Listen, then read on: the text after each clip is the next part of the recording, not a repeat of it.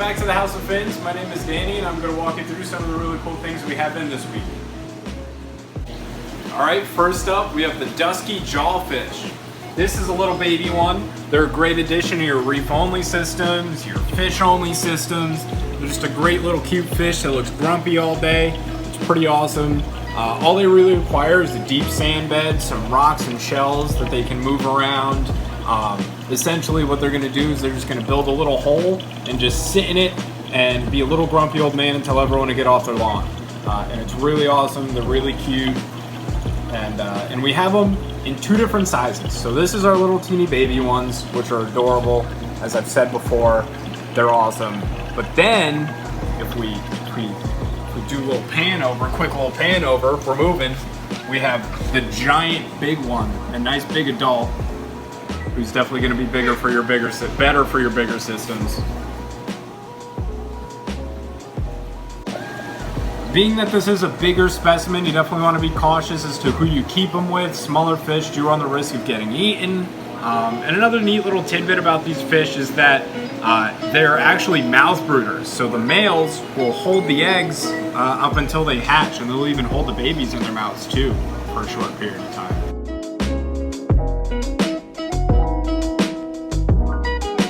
As a defense mechanism, they actually use that big mouth of theirs to gape open really wide, and it helps them look intimidating to predators. And it's a real big deterrent to them. But honestly, it's just kind of a pushover thing. They really won't bite your fingers or anything if you were to stick your hand in the tank.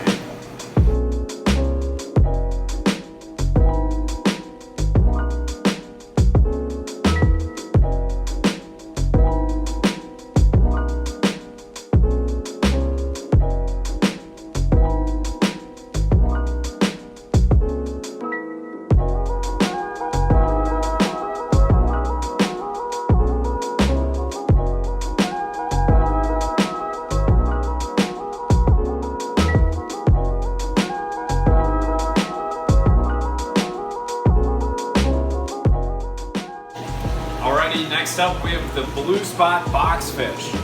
This really beautiful animal can be found anywhere, like throughout Hawaii and the Caribbean. They're going to max out at around 10 inches. They're going to need a minimum 175 gallon tank. They do like to move around a bit, and they do like their space. They will eat an assortment of brine shrimp, clams, mussels, squid. They'll even eat herbivorous foods as well, which is pretty interesting. You want to be cautious. Reef Safe is very cautious. They do have the propensity to pick at certain corals. A really neat thing about this fish is that when they're stressed, they'll actually release a toxin that'll attack the red blood cells of other fish, and it'll cause them to suffocate. So you want to make sure to keep them really happy in your tanks if you're keeping them with other fish. Another interesting thing is they're actually sexually dimorphic. So this is a male, he's got all these colors on him, he's got the blues and yellows. The females actually don't really have any color, but they still have that spotting.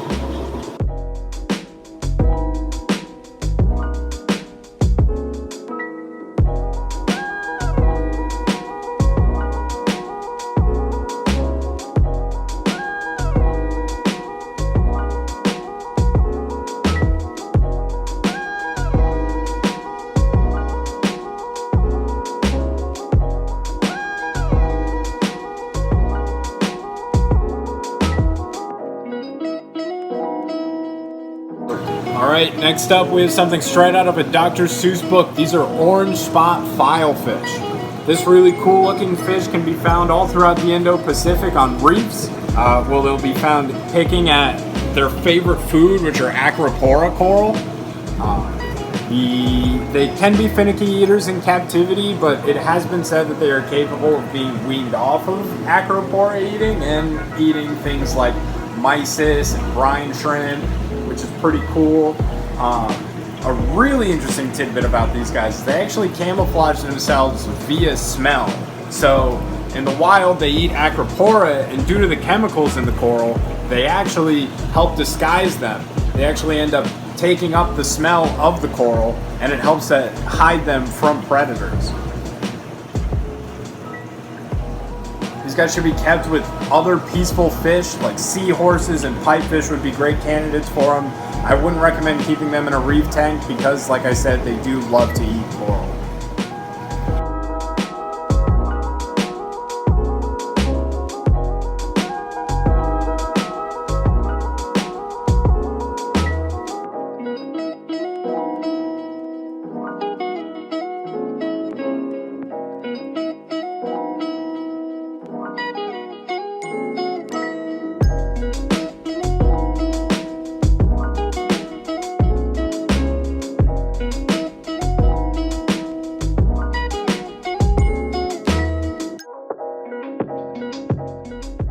Alrighty, last but most certainly not least, we have the flashlight fish.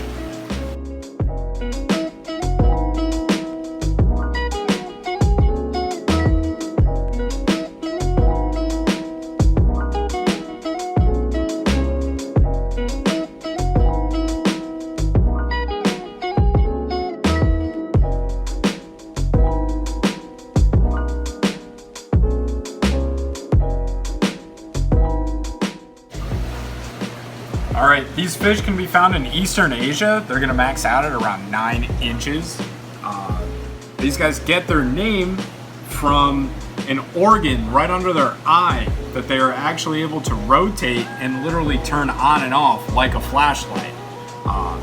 The light effect is due in part because of a bacteria that exists in the eye that'll actually light up. It'll actually change color depending on their mood, which is pretty interesting as well. They use this light to communicate with each other, and they also use it as a means of protection against predators. They'll actually trick predators by flashing the light on and off and then darting away to confuse them.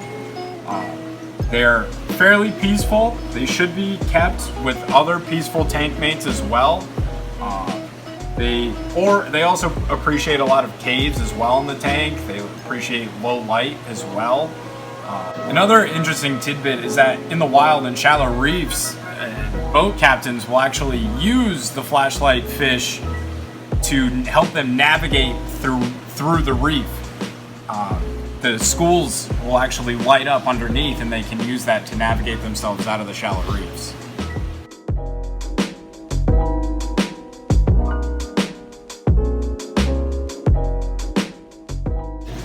Alright everyone, thank you for tuning in this week. Be sure to leave a like on the video as well as following us on all of our social media platforms, being Facebook, Instagram, and Twitter. We'll see you next week.